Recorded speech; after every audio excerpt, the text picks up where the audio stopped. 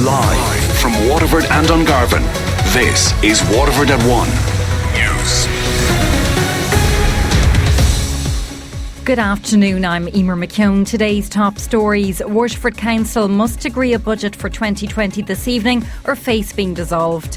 46 million people are casting their votes in the UK general election. Shane Ross says the government will look at proposals to split the FAI. And in sport, Ballygunner midfielder Conor Sheehan has collected his first WLR Granville Hotel GAA award. Waterford Council must agree a budget for 2020 this evening or face being dissolved. A €3.3 million hole was created in the local authority's finances after a change in policy in how Irish water rates are valued. Waterford Council received an additional €2 million in recent weeks. However, they're still facing a deficit of €1.3 million. Speaking to Damien Tiernan on Daisha Today, Fine Gael councillor Damien Gagan says the controlling group on Waterford Council, made up of Labour and Sinn Féin, haven't focused on doing the business of the local authority. I'm not party to what's happening within the pact, as it were, but just from reading the situation and picking up various different bits and pieces, I do think that the pact is in trouble, precisely as my party and myself predicted last June when the AGM was held, kept asking, was there going to be a focus on passing budgets and actually doing the business of the council for 5 years? And it seems that the pact, when it was put together, focused on one thing and one thing only, and that was mayoralties and chairs of strategic policy committees and stuff like that, and they did not focus on doing the business of the council. Sinn Féin's Jim Griffin rejected accusations that they were only in the alliance for the mayors in chains. Certainly not for myself as deputy mayor anyway, and for the rest of our members that will be former mayors in the future going forward. Look, the budget is not about mayors in chains for Sinn Féin. We'd be hoping to adopt the budget tonight, all the figures stacking up that there won't be core cuts and rates increase. But if that's not the case, certainly mayors in chains is not on the agenda for Sinn Féin to hold onto in any case for that reason alone. CEO Michael Walsh initially proposed a 5% hike in commercial rates, but the CEO of Dungarvan and West Waterford Chamber says other potential income streams should be considered. Jenny Beresford says councillors need to examine whether current levies are being enforced efficiently. We would ask how much revenue has been collected under the vacant site levy, which came into effect in 2017. And we wonder, we'll say, the number of vacant sites, how many units in the county does this apply to, what rate collection has been on said properties, and what percentage of compliance has there been. There's aspects like that councillors are in the full picture before they make any agreements. 46 million people across the UK are voting in a general election for the third time in less than 5 years. The Conservatives and Labour are in a battle for votes after months of deadlock in Parliament. Sean O'Regan reports. Elections in the UK are decided by the first past the post system. Whoever gets the most votes gets into the House of Commons. Sky's Enda Brady says opinion polls suggest the race has tightened. Previously they've had Boris Johnson and the Conservative Party with a lead of as much as 14 percentage points, but it seems to have narrowed, and now they reckon he has a lead of between 9 and 12 percentage points. He adds that an exit poll at 10 o'clock this evening will give a good indication as to who fared well. In recent years, main exit poll has actually been more reliable than the previous opinion polls in the run-up to the election. The main leaders have stayed away from the microphones this morning, but have taken to Twitter for one final drive for votes. Boris Johnson brought his dog to his polling station and tweeted "Vote Conservative to get Brexit done." Jeremy Corbyn and his wife meanwhile voted in North London, with the opposition leader simply tweeting Labour. The hashtags General Election 2019, UK Election and dogs at polling stations are all currently trending here in Ireland. It'll be either Newcastle or Sunderland that provides the first results at around midnight tonight. And some unusual locations where people will cast their votes this year include a hair salon, a laundrette, a chip shop and a windmill. The Minister for Sport says a mechanism for restoring funding to grassroots football should be ready by next week. Shane Ross is also open to the idea of splitting the FAI so it focuses on the international teams and the elite side of the sport. A new body would be in charge of grassroots football and developing the game at club level. Minister Ross says the sport can't be allowed to suffer because of the FAI's problems. We can't see, the FAI or the old FAI crawling back. We've got to see something which is acceptably new, independent and transparent, and a commitment to transparency. I do want to see it patently clear to the public and to ourselves as the government that those who are taking over now are not affected by the sins of the past.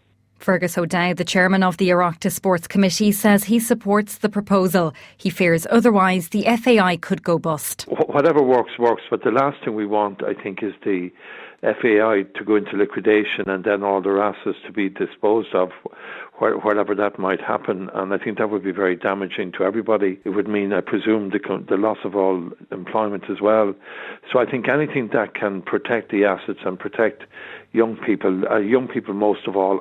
2 men and a woman are being questioned in connection with a fatal shooting in Dublin. Wayne Whelan's remains were discovered in the passenger seat of a burning car at Mount Andrew Court in Lucan on November 18th. He had been shot a number of times. The 3 people arrested today are being held at Garda stations in Dublin. TQS Integration is to continue their sponsorship of Waterford GAA county teams. It covers all Waterford County hurling and football teams from under 14 to senior in both codes and will be performance bonus related. The Lismore-based company is a global data intelligence consultancy group specialising in the management of real-time data. Maura Quilty, corporate managing director, says she's confident all Waterford teams will perform well next year and is delighted to help them in any way she can. She's hoping supporters will get behind all the teams as well. These are all young individual lads. They're there representing Waterford and the county. And really people need to forget about the negativity. Last year's gone. There's no point having one foot in the past. They need to put one foot in the present and one in the future. And the other thing that really annoyed me last year was social media. There was an awful lot of negative feedback on it, on individuals. These are young lads. Nobody knows what's going on in anybody's mind anymore. The number of children prosecuted for criminal offences has dropped by 41% over the past decade, according to new figures. In 2009, the Director of Public Prosecutions instructed 601 cases go to court where the suspect was under 18. According to details released under the Freedom of Information Act, this has dropped to 342 so far in 2019. The stats relate to the main charge a suspect faced, so don't include multiple charges. But Ian Power of youth organisations Spun Out .ie, who's from Waterford, welcomes the trend. I think it's really encouraging to see the trend of young people being prosecuted reducing by such a magnitude. I think it confirms what we know, that both the Garda Youth Diversion Project and also the Youth Work Garda Youth Diversion projects that are happening around the country are having the impact that we want them to have. The annual Santa